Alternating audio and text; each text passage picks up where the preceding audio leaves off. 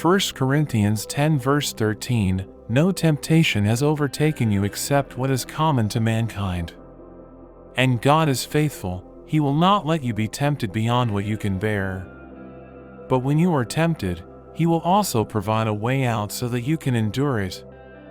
James 4 verse 7, submit yourselves, then, to God. Resist the devil, and he will flee from you.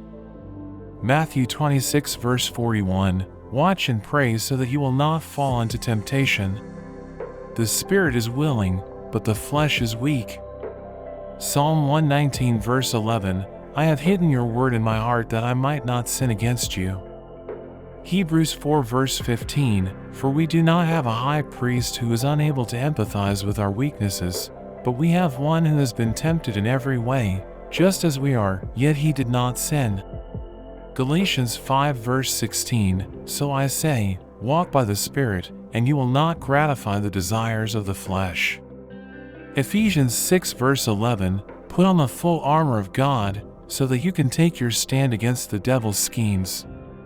2 Timothy 2 verse 22, flee the evil desires of youth and pursue righteousness, faith, love and peace, along with those who call on the Lord out of a pure heart. Proverbs 4 verses 14 to 15, do not set foot on the path of the wicked or walk in the way of evildoers. Avoid it, do not travel on it, turn from it and go on your way. 1 Peter 5 verses 8 to 9, be alert and of sober mind. Your enemy the devil prowls around like a roaring lion looking for someone to devour.